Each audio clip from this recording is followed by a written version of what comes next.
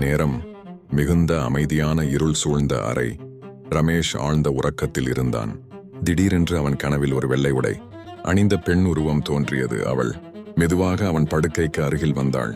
அவள் முகம் மறைந்திருந்தது. கைகளில் ஒரு பழைய கயிறு இருந்தது. அவள் மெல்லிய குரலில், "என்னை பார், நான் உன்னோடு பேச வந்திருக்கிறேன்" என்று சொன்னாள். ரமேஷ் உடல் அசைய முடியாமல் திணறினான். அவன் உள்ளத்தில் பயம் பெருகியது. அந்த பெண் அவன் மீது நெருங்கி வந்தாள். அவள் கண்கள் இருளில் ஒளிர்ந்தன.